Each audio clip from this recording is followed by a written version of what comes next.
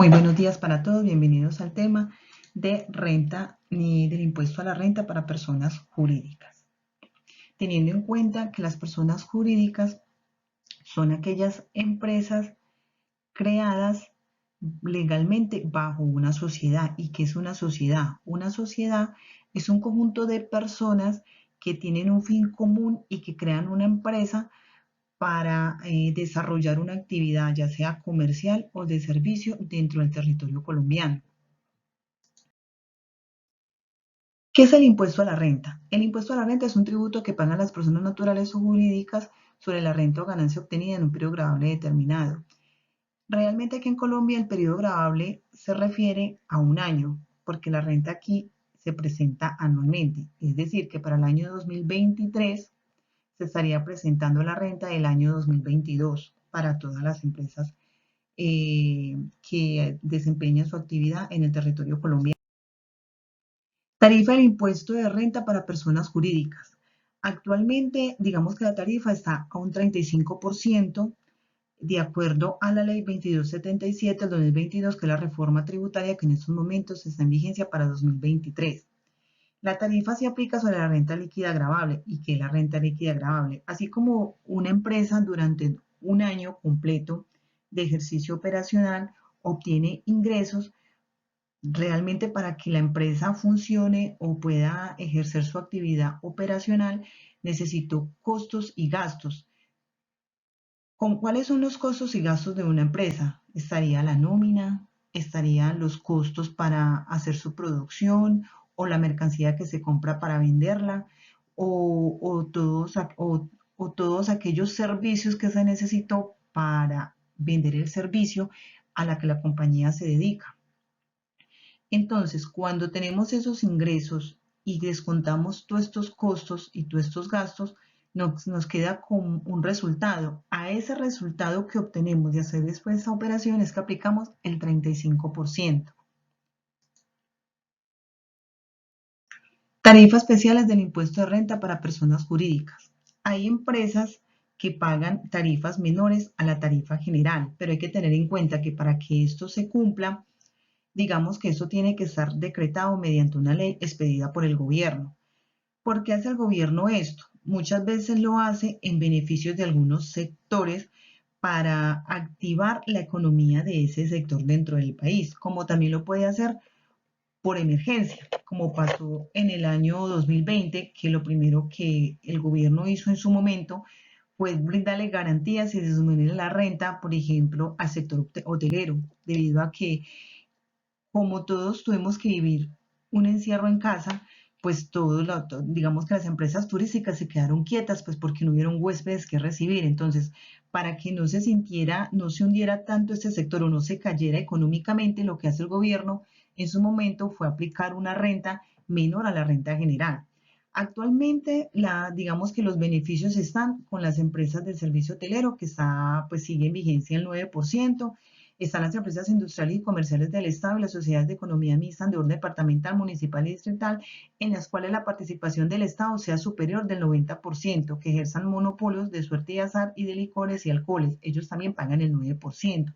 Y estaría todas aquellas empresas dedicadas a las editoriales, siempre y cuando todo lo que publique, ya sean libros, revistas o folletos, pues estén direccionados a los temas científicos o de cultura. Ellos también pagan el 9%. Y hay otras empresas, como es, por ejemplo, las que ejercen actividades dentro de la zona franca, entendiéndose la zona franca como aquel sector que se dedica a la exportación o a la importación de mercancía.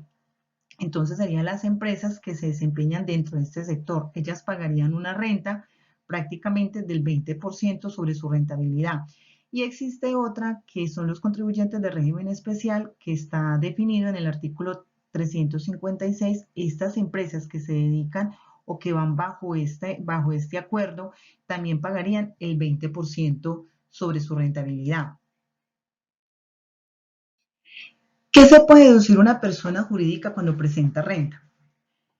Para que una persona, hay que tener en cuenta algo, para que una persona en renta se pueda deducir ciertos costos o ciertos gastos deben de estar avalados o soportados en caso de una revisoría fiscal. Cuando hablamos de revisoría fiscal es porque es la visita que hace la DIAN a determinadas empresas.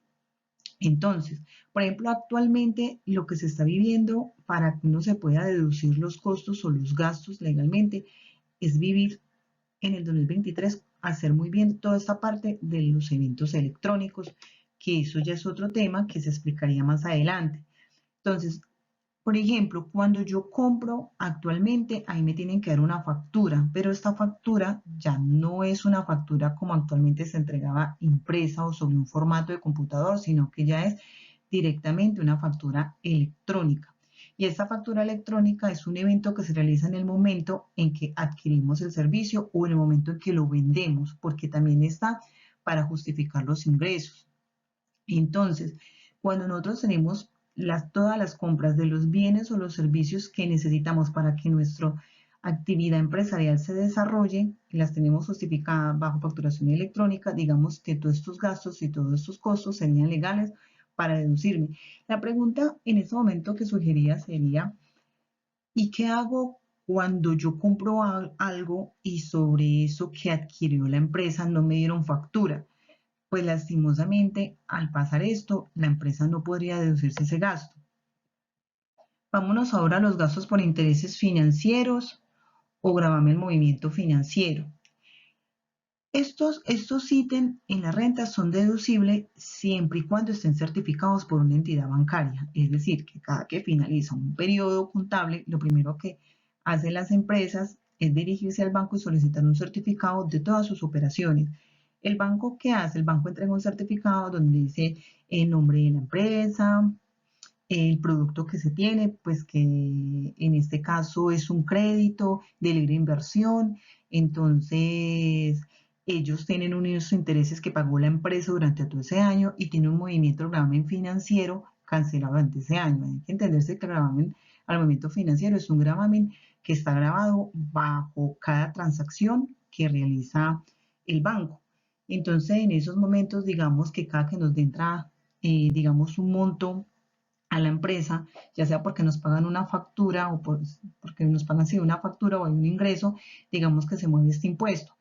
Entonces, bajo ese certificado es que nosotros podemos deducirnos ciertos montos en la renta. Hay que tener en cuenta que el gravamen al movimiento financiero solamente tenemos derecho a deducirnos el 50%.